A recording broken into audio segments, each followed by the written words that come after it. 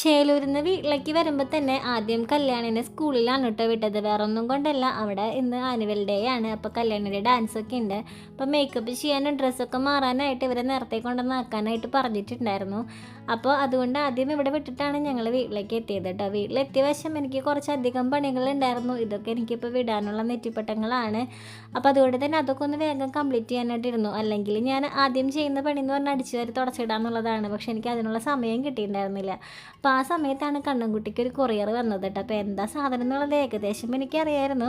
കണ്ണന് വലിയ പിടുത്തൊന്നും ഉണ്ടായിരുന്നില്ല. കണ്ണൻ എൻ്റെ ഹാൻഡ് ബാഗൊക്കെ ഇട്ട് കിടക്കായിരുന്നു. എങ്ങോട്ടൊക്കെയോ യാത്ര പോകാമെന്നുള്ളതിൽ എൻ്റെ ഹാൻഡ് ബാഗൊക്കെ തോളിലിട്ട് ഭയങ്കര കളിയിലായിരുന്നു കേട്ടോ. അപ്പോൾ സാധനം കണ്ടപ്പോൾ പിന്നെ ആൾക്ക് ഭയങ്കര സന്തോഷമായി.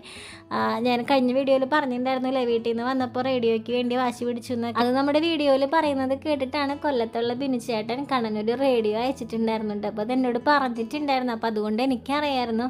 അപ്പോൾ കണ്ണനിത് ഭയങ്കര സർപ്രൈസായി പോയിട്ടോ. കാണാനാണെങ്കിൽ നല്ല ഭംഗിയൊക്കെയുള്ളൊരു റേഡിയോ ആയിരുന്നു കേട്ടോ. അപ്പോൾ അവനാണെങ്കിൽ ഈ പാട്ടെന്നൊക്കെ പറഞ്ഞാൽ ഭയങ്കര ജീവനാണല്ലോ. അപ്പോൾ ഞാൻ ഇങ്ങനെ സ്പീക്കറിലൊക്കെ വെച്ച് കൊടുക്കും, ഫോണിലും ടാബിലൊക്കെ വെച്ച് കൊടുക്കും. അപ്പോൾ ആൾക്ക് റേഡിയോ ഒരു കൗതുകമായിരുന്നു. കാരണം വീട്ടിലത് കാണുന്നുണ്ട്. അവിടെ ചെല്ലുമ്പോൾ അച്ചാച്ചനും അമ്മാമ്മയും എപ്പോഴും റേഡിയോ ഒക്കെ വെക്കുന്നതും ഒക്കെ കണ്ടിട്ട് ആൾക്ക് അതൊരു കൗതുകമായിരുന്നു. അപ്പോൾ നമുക്ക് ഒരു കൗതുകമായിട്ട് നിൽക്കുന്ന സാധനം നമ്മൾക്ക് സ്വന്തമാകുമ്പോൾ ഉണ്ടാകുന്നൊരു സന്തോഷം ഉണ്ടല്ലോ. അതാണ് ശരിക്കും പറഞ്ഞാൽ കണ്ണൻ്റെ ഈ മുഖത്ത് കാണുന്നത്.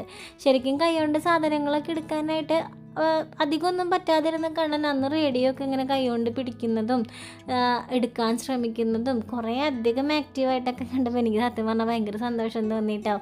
അവൻ കുറേ പ്രാവശ്യം അതിങ്ങനെ എടുക്കാനായിട്ട് ട്രൈ ചെയ്യുന്നുണ്ടായിരുന്നു. അതുമ്പോൾ തൊടുന്നുണ്ടായിരുന്നു. അതിൻ്റെ സ്വിച്ചുകൾ പോലും ഇങ്ങനെ അമക്കാനൊക്കെ അവൻ നോക്കുന്നൊക്കെ ഉണ്ടായിരുന്നു. അപ്പോൾ ഭയങ്കര സന്തോഷം തോന്നിയിട്ടാവും. അപ്പോൾ നമുക്കിനി അടുത്തതെന്ന് പറഞ്ഞാൽ കല്യാണിയുടെ ആനുവൽ ഡേ പോയിട്ട് അവളുടെ ഡാൻസൊക്കെ കാണണം. അപ്പോൾ ഞാനിങ്ങനെ സൗണ്ടുകൾ ഇങ്ങനെ കേൾക്കുന്നുണ്ട്. അപ്പോൾ ഞങ്ങൾ വേഗം പോവാണ്, പരിപാടി തുടങ്ങിയാവോ എന്ന് വിചാരിച്ചു. അപ്പോൾ അതും ഭയങ്കര സന്തോഷമുള്ള കാര്യമാണ് കല്യാണിയുടെ ഡാൻസൊക്കെ കാണാനായിട്ട് പോവാന്ന് പറയുന്നത്.